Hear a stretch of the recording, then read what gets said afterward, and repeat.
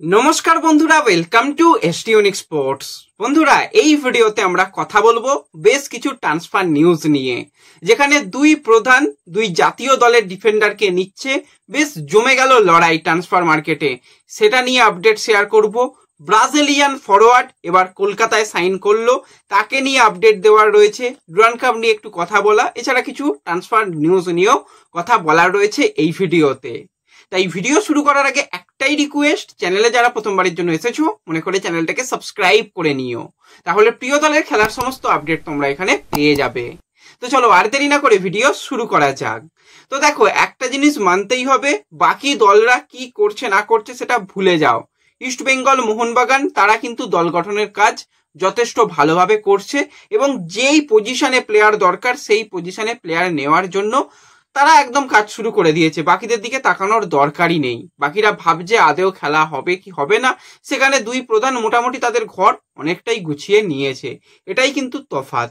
এবং যেই টুর্নামেন্টেই ইস্টবেঙ্গল মোহনবাগান খেলবে সেই টুর্নামেন্ট জমজমাট হবে, যেখানে এই দুই প্রধান থাকবে না সেই টুর্নামেন্ট অতটাও জমজমাট থাকবে না, বা সেই টুর্নামেন্টের কোনো রকম গুরুত্বই থাকবে না, এটুকু বলা যায়। তো সেক্ষেত্রে আজকে একটা বড় আপডেট এসেছে খেলনামের তরফ থেকে। আশিস দা যেটা জানিয়েছে যে টেকচাম অভিষেক সিং জাতীয় দলের এই নতুন ডিফেন্ডার, এবং যথেষ্ট ভালো ইন্ডিয়ান ফুটবলে পারফরমেন্স তার রয়েছে। ক্লাব ফুটবলে জাতীয় দলে অতটা ভালো পারফরমেন্স নয়, তো তাকে কিন্তু একটা বিরাট বড় স্যালারিতে মোহনবাগান সুপার জায়েন্ট তাদের দলে নিতে চলেছে। হ্যাঁ, সিগনেচার এখনো কমপ্লিট হয়নি, সিগনেচার হয়তো 2-1 দিনের মধ্যেই হয়ে যাবে, কথাবার্তা সমস্ত কিছু রেডি। তো এই পর্যন্ত ব্যাপার হয়েছে। এবার টেকচাম অভিষেক সিং এর ব্যাপারটা একটুখানি তোমাদের বলে দিই। অনেকদিন ধরেই যেই আপডেটগুলো আমরা দিয়ে আসছিলাম সেগুলো আরেকবার তোমাদের মনে করিয়ে দেওয়া, বা একবার সবকিছু ক্লিয়ার করে দিচ্ছি।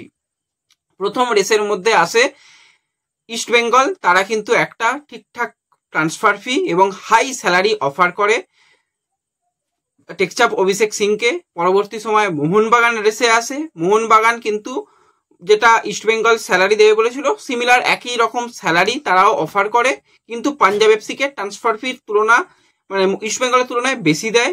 গোয়া রেসের মধ্যে আসে, গোয়া কোনোটাতেই ম্যাচ করতে পারেনি, কিন্তু গোয়ার মানালো চাইছিল, এরকম একটা ভাবনা চিন্তা। এবার যে কথাটা উঠেছিল যে মানালো গিয়ে অভিষেককে বলেছে তুমি মোহনবাগানে যাবে না, এটা সম্পূর্ণ মিথ্যে কথা। এটা জাস্ট রটিয়ে দেওয়ার মতন ব্যাপার স্যাপার, এছাড়া কিচ্ছু নয়। হ্যাঁ, একটা মানে অ্যাপ্রোচ ছিল সেটা গোয়ার তরফ থেকে, কিন্তু সেটা মানালোর তরফ থেকে নয়, এটুকু বলে রাখছি। আর তার পরবর্তী সময় ইস্টবেঙ্গল দেখছে যে এতটা পরিমাণে তাকে নিতে গেলে খরচা হচ্ছে, তার জায়গায় আমাদের ভালো মানের বিদেশি প্লেয়ার লাগবে। বিদেশি প্লেয়াররাই ম্যাচের পরিসংখ্যান করে দেবে, ইন্ডিয়ান প্লেয়ারদের মধ্যে 19-20-এর তফাৎ। তো আমরা যদি 19কে না নিয়ে 20কে নিই, কিংবা 20কে না নিয়ে 19কে নিই, তাহলে তো আমাদের খুব একটা অসুবিধা হবে না। তারা সঙ্গে সঙ্গে জয় গুপ্তার ব্যাপারে মুভ করে। মোহনবাগান এগিয়েছিল, কিন্তু পাঞ্জাব রাজি হচ্ছিল না ওই টাকাতে ছাড়তে। তো পাঞ্জাব একটা 2 কোটি টাকা ট্রান্সফার ফি চেয়ে বসে। সেখানে আজকের দিনে দাঁড়িয়ে যেটা খেলনামের তরফ থেকে জানানো হচ্ছে, মোটামুটি 1,80,00,000 টাকায় টেকচাপ অভিষেক সিংকে কিন্তু মোহনবাগান নিতে চলেছে। ট্রান্সফার ফি এটা হচ্ছে। এবার তার স্যালারি হেভি স্যালারি।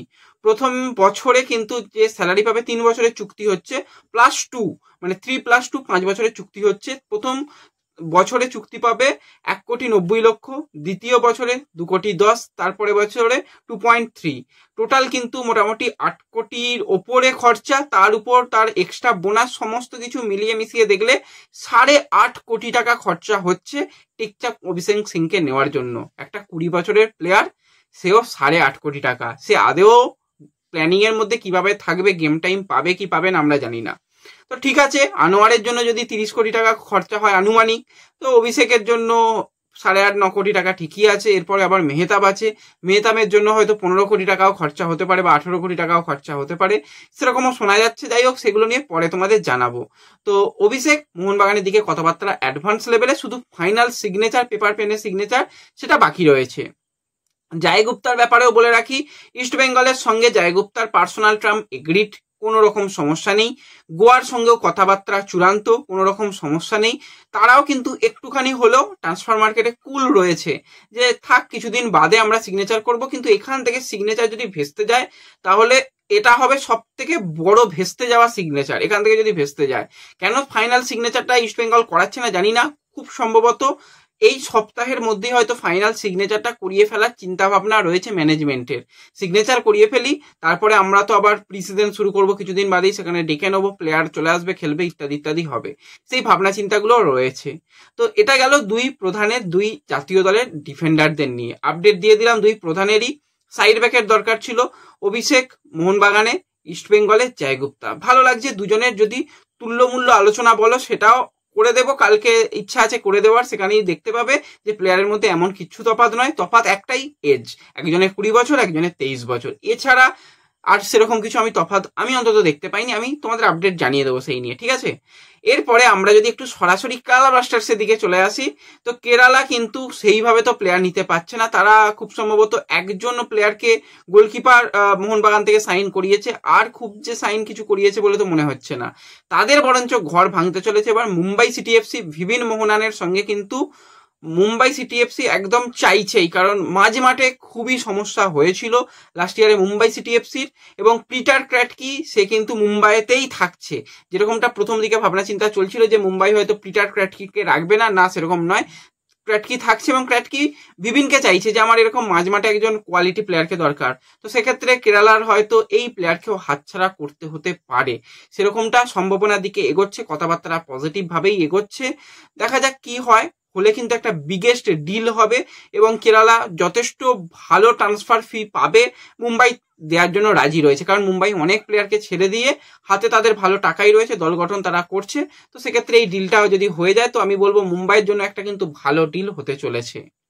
তো এর সাথে সাথে আমরা যদি একটুখানি কথা বলি একজন বিদেশি প্লেয়ারকে নিয়ে, কালকেই তোমাদের জানিয়েছিলাম 29 বছর বয়সী Brazilian forward Clayton da Silva, মানে ক্লেটন সিলভাই বলি ছোট করে। তো সেই ক্লেটন সিলভা সে কিন্তু কলকাতায় আসতে চলেছে। ডায়মন্ড হারবার তার সঙ্গে কথাবার্তা চালাচ্ছে, এছাড়া আইএসএল এর একটা ক্লাবও ইনকোয়ারি করেছে, কিন্তু অফিসিয়ালি আজকে ডায়মন্ড হারবার ডিল ডান করে ফেলেছে এই 29 বছর বয়সী ক্লেটন সিলভার সঙ্গে। সিরিয়া এ, সিরিয়া বিতে তার খেলার অভিজ্ঞতা রয়েছে। লাস্ট ইয়ার মালয়েশিয়া লিগে সেখানে কিন্তু যথেষ্ট ভালো খেলেছে। পেরেক এফসি নাকি একটা নাম ক্লাবের, তো সেই ক্লাবের জার্সি গায়ে যথেষ্ট ভালো তার পারফরমেন্স ছিল এবং সেই ক্লাবের খুব সম্ভবত টপ গোল স্কোরারও ছিল এই ক্লেটন সিলভা। তো তাকে কিন্তু এবার সাইন করিয়ে নিল ডায়মন্ড হারবার। এর আগে তোমরা দেখেছো ব্রাইট এনোবাখারেকে তারা সাইন করিয়েছে তোমার দিয়ে ডায়মন্ড হারবার। এরপরে কিন্তু এই ক্লেটন সিলভা, তাদের অ্যাটাকিং লাইনে দুজন বিদেশি প্লেয়ার কিন্তু চূড়ান্ত এবং দুটো সাইনিংয়ে কিন্তু যথেষ্ট ভালো সাইনিং। কিবু বিকনার আন্ডারে কিন্তু আমরা এই ব্রাজিলিয়ান ফরওয়ার্ডকে দেখবো।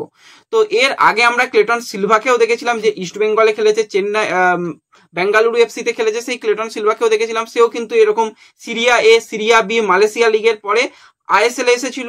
তো এই প্লেয়ারটাও কিন্তু যথেষ্ট হাইপ নিয়ে আসছে, এর দিকে নজর থাকবে যে কিরকম পারফরমেন্স করে। এবং যেরকমটা শোনা যাচ্ছে ডায়মন্ড হারবার কিন্তু ডুরান্ড কাপে অংশগ্রহণ করতে চলেছে, তারা কিন্তু খেলবে বলেই শোনা যাচ্ছে এবং তারা খেললে ভালোই হবে। দেখা যাক, অন্য অন্য দল তো চাইছে তারা খেলবো না, সেই নিয়েও কালকে আপডেট তোমাদের ফাইনাল আপডেট জানিয়ে দেবো যে কারা খেলবে কারা খেলবে না, কি হবে না হবে, সমস্ত কিছু ডুরান্ড কাপ নিয়ে আপডেট জানিয়ে দেবো। তো ব্যাস এই ভিডিওতে এই আপডেটগুলোই শেয়ার করার ছিল।